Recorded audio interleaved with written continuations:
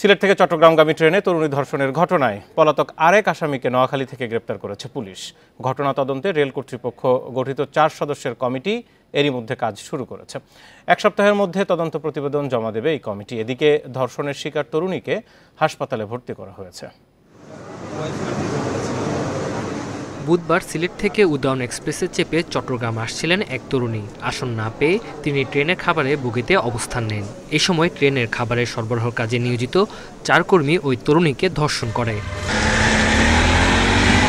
Train Chittagong পৌঁছালে GRP থানায় মামলা করেন ওই তরুণী। রাতে 3 আসামিকে গ্রেপ্তার করে পুলিশ। পলাতক অপর আসামি আব্দুর রব রাসেলকে বৃহস্পতিবার ভোরে নোয়াখালী বেগমগঞ্জ থেকে গ্রেপ্তার করা হয়।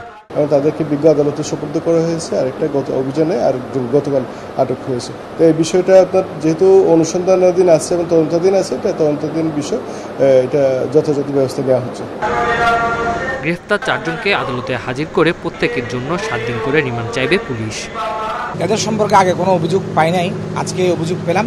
অভিযোগ পাওয়া মাত্রই আমরা আইনগত ব্যবস্থা নিয়েছি এবং আমরা এখন যেহেতু একটা ব্যবস্থা শুরু করেছি, আমরা চিন্তা করব যে অন্যান্য যারা এখানে আছে কাজ করে সবার ব্যাপারে পুলিশ ভেরিফিকেশন করার জন্য। ঘটনা তদন্তে রেলওয়ে গঠিত 4 সদস্যের কমিটি এরই মধ্যে কাজ শুরু করেছে। ঘটনার দিন ট্রেনে থাকা পুলিশসহ সংশ্লিষ্টদের জিজ্ঞাসাবাদ করেন কমিটির সদস্যরা। ভিকটিমের সাথে কথা বলবো, সবার সাথে আমরা আমাদের যে একটা তদন্তের জন্য যে যেসব দিক নির্দেশনা আছে আমরা সবগুলো অনুসরণ করব, তারপর সেটা যথাযথ নিয়মে আমরা সাবমিট করব। ধর্ষণের শিকার তরুণীকে চট্টগ্রাম মেডিকেল কলেজ হাসপাতালের 1 স্টপ ক্রাইসিস সেন্টারে ভর্তি করা হয়েছে। Independent news. এই খবর আরও বিস্তারিত চট্টগ্রাম থেকে আমার সাথে রয়েছেন সহকর্মী অনুপম শীল। অনুপম, এই যে ঘটনা, এটা খুবই অ্যালার্মিং। একটি ট্রেনে এত লোকজনের মধ্যে খাবার বগিতে এই ধরনের ঘটনা ঘটেছে। একটু জানতে চাই যে এখানে যা ঘটলো সেক্ষেত্রে আপনি বিভিন্ন পক্ষের সাথে কথা বলে কোথায় কোথায় ঘাটতি মনে হয়েছে, যারা অভিজ্ঞ তারা কি বলছেন, কেন এই ঘটনা ঘটতে পারলো ট্রেনে?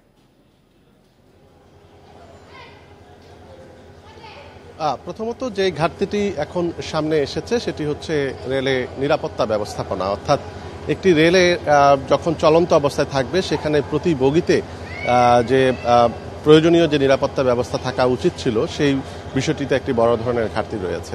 আমরা এখন চট্টগ্রাম রেলওয়ে পুলিশের থানার সামনেই আছি। এখানে আজকে সারাদিন ধরেই কিন্তু এই ঘটনাটিকে ঘিরে অর্থাৎ নানা ধরনের পুঙ্খানুপুঙ্খ পর্যালোচনা, পর্যবেক্ষণ বা অনুসন্ধান চলেছে। পুলিশের পক্ষ থেকে যেটি বলা হচ্ছে যে সাধারণত যে ধরনের নিরাপত্তা ব্যবস্থা থাকা দরকার সেটি যথেষ্ট ছিল, তবে সাধারণ যাত্রীদেরও কিছুটা এক্ষেত্রে সচেতনতার ব্যাপারে তারা বলছেন। যদিও খাবারের বগিতে কোনো যাত্রীর আসলে বসার বা আসন সেখানে থাকার কথা নয়, শুধুমাত্র খাবার গ্রহণের জন্যই সেখানে যাবে। কিন্তু সেক্ষেত্রে এই নারী বা এই কিশোরী বা এই তরুণীটি কি হিসেবে সেখানে উঠলো, তাকে কোনোভাবে সেখানে প্রলুব্ধ করা হয়েছে কিনা সেই বিষয়টিও তা আসলে খতিয়ে দেখা হচ্ছে। আমরা একটু আগে খবরেও জানাচ্ছিলাম যে তদন্ত কমিটি ইতোমধ্যে সেই ট্রেনে থাকা কর্মরত সকল কর্মচারীর সাথে তারা কথা বলেছেন। অর্থাৎ সেখানে রেলের যারা আছেন তাদের সাথে কথা হয়েছে, তাদের জিজ্ঞাসাবাদ করা হয়েছে। পাশাপাশি বিভিন্ন যে সেবাদানকারী প্রতিষ্ঠান যেগুলো প্রাইভেট আসলে ভাবে পরিচালিত হয়, অর্থাৎ খাবার প্রদানকারী বা অ্যাটেন্ডেন্স যারা আছেন তাদের সাথেও কথা হয়েছে। সেক্ষেত্রে আসলে এই তদন্ত কমিটি যেটি আমাদেরকে জানিয়েছেন তারা আসলে আর কোন কোন জায়গায় ঘাটতি ছিল সে বিষয়টি তারা দেখবেন। যেহেতু রাতের বেলা এই ট্রেনটি অর্থাৎ এই রুটের দুটি ট্রেন এই চলাচল করে, সেক্ষেত্রে যাত্রীদের নিরাপত্তার জায়গাটা কিন্তু খুবই স্পর্শকাতর। বিশেষ করে এই ধরনের ঘটনার জন্য তো সেটি আরও বেশি নিরাপত্তা দাবি করে। তো সেই প্রেক্ষাপটে আমরা রেলের বিভাগীয় ব্যবস্থাপকের সাথে আজকে কথা বলেছিলাম। তিনিও বলছেন যে আসলে সাম্প্রতিক সময়ে বা আমরা যদি গত 5 থেকে 10 বছরের কথা বলি, এই ধরনের ঘটনা আসলে চট্টগ্রামের কেন্দ্রিক কোনো ট্রেনে ঘটেনি।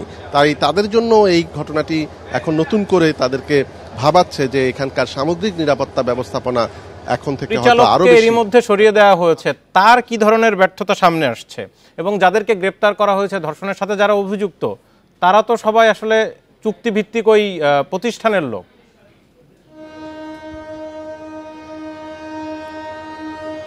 আসলে একজন ট্রেন পরিচালকের প্রধান দায়িত্বই হচ্ছে পুরো ট্রেনের যে কোনো যত কার্যক্রম আছে সেই সব কার্যক্রম দেখাশোনা করা। ট্রেন কর্তৃপক্ষ প্রাথমিকভাবে ধারণা বা যেটি বলছেন যে ট্রেনের পরিচালক সেই দায়িত্বটি পালন করতে ব্যর্থ হয়েছেন, সেজন্যই আসলে তাকে সাময়িকভাবে বরখাস্ত করা হয়েছে বলে আমাদেরকে বিভাগীয় রেলওয়ে কর্মকর্তা জানিয়েছেন, ব্যবস্থাপক জানিয়েছেন।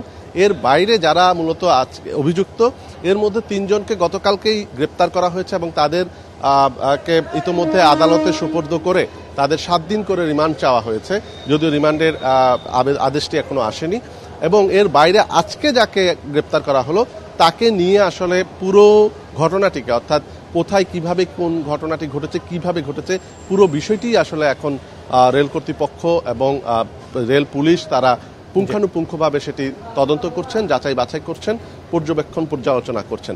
সেক্ষেত্রে হয়তো তাকেও হয়তো পরবর্তীতে আদালতে সোপর্দ করে বা আদালতের মাধ্যমে আবার রিমান্ডে নেওয়া হতে পারে বিস্তারিত খতিয়ে দেখার জন্য।